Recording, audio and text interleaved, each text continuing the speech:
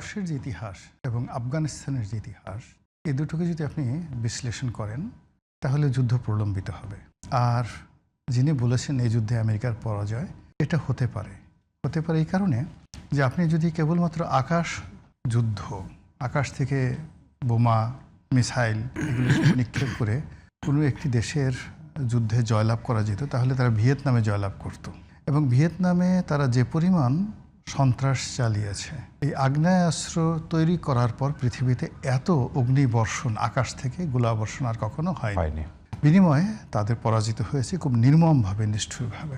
যদি স্থল যুদ্ধে পৃথিবীর সবচেয়ে অত্যাধুনিক টেকনোলজি ব্যবহার করে কেউ জয়লাভ করতে পারত, তাহলে তারা এই গত 100 বছরে হাইয়েস্ট তারা ইনভেস্ট করেছিল আফগান যুদ্ধে, কিন্তু তারা সেখানে ফেল করেছে। 20 বছর পরে চলে যেতে হয়েছে এবং খুব খারাপ অবস্থা তাকে চলে যেতে হয়েছে। ট্রিলিয়ন ডলার তাকে লস করে যেতে হয়েছে।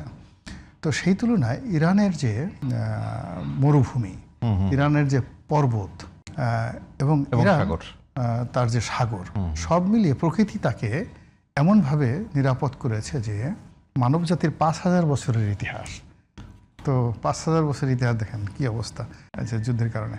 মানুষ জাতির 5000 বছরের ইতিহাসে কখনোই তাদেরকে করা যায় না। 2500 বছর তাদের সাম্রাজ্যবাদের ইতিহাস, আর এই 2500 বছর ধরে they are dominating the whole world.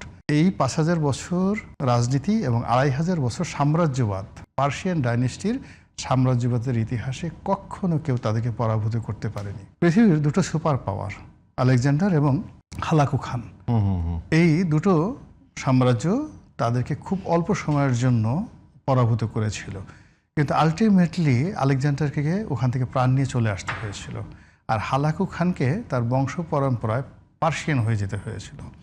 তো সেই তুলনায় আপনি একটি 100 বা 200 বছরের পুরনো একটা সভ্য জাতি বা সাম্রাজ্যবাদী শক্তি আমেরিকা, সে কখনো বুঝতে পারবে না যে 5000 বছরের একটা জাতি যখন আভিজাত্যের মধ্যে থাকে, ওর বায়োলজিক্যাল ফরমেশনটা কিভাবে হয়, তার যে যাত্রাভিমান, আত্মা অভিমান কিভাবে গড়ে ওঠে, তার যে প্যাথোলজিক্যাল যে টার্মসগুলো বডি সেটা কিভাবে হয়, তারপর শেষে তার জেনেটিক যে ফরমেশনটা কিভাবে হয়, সেটা বুঝতে পারছে না। ফলে ওরা পার্সিয়ানরা আসলে রাজার জাতি।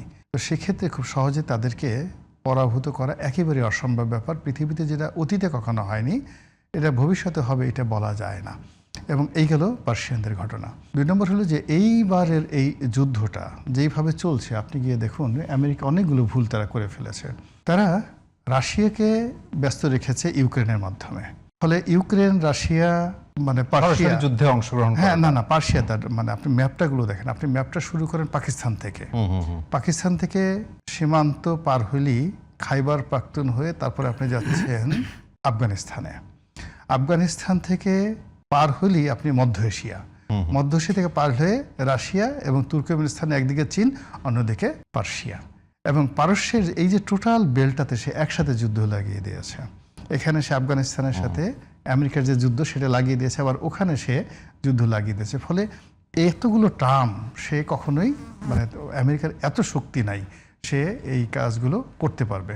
ফলে হলো কি, পার্সিয়া খেলতেছে অসাধারণভাবে, তারা খেলতেছে, তারা খুব ক্ষতিগ্রস্ত হচ্ছে। এই ধরুন পারস্য, সৌদি আরব, কাতার, দুবাই থেকে শুরু করে সব জায়গাতে এখানে যে প্রবলেমগুলো হচ্ছে, সেই প্রবলেমগুলো দ্বারা আমাদের মতো দেশ সবচেয়ে বেশি ক্ষতিগ্রস্ত হবে। এবং আমার সবচেয়ে বেশি ভয় লাগছে আমাদের যে নতুন প্রধানমন্ত্রী জনাব তারেক রহমান সাহেব, তাকে নিয়ে। এর কারণ হলো উনি দীর্ঘ 17 বছর পরে আসছেন দেশে, একেবারে নতুন একটি সরকার। টিল নাও এই সরকারের রিজার্ভে কত টাকা আছে, কত টাকা দায় দেনা আছে, তারপরে এই 17 মাসের সরকার, তার আগে শেখ হাসিনার সরকার পুরো পেট্রোলিয়াম সেক্টরটাকে কিভাবে রেখে গেছে, এই পুরো বিষয়গুলো বুঝতেই তার অন্তত পক্ষে 1 থেকে 1.5 মাস সময় লাগবে। এরপরে এটাকে যদি একটা সিস্টেমটাকে চেঞ্জ করতে হয়, তাহলে তো তার একটা নির্দিষ্ট সময় লাগবে, টাকা লাগবে। এবং আপনি জানেন যে শেখ হাসিনার জমানার শেষ দিকে আমাদের ফাইন্যান্সিয়াল অবস্থা এতটা খারাপ হয়ে গিয়েছিল, পৃথিবীর কোনো ব্যাংক আমাদের এই পেট্রোলিয়াম সংক্রান্ত কোনো এলসি গ্রহণ করতো না।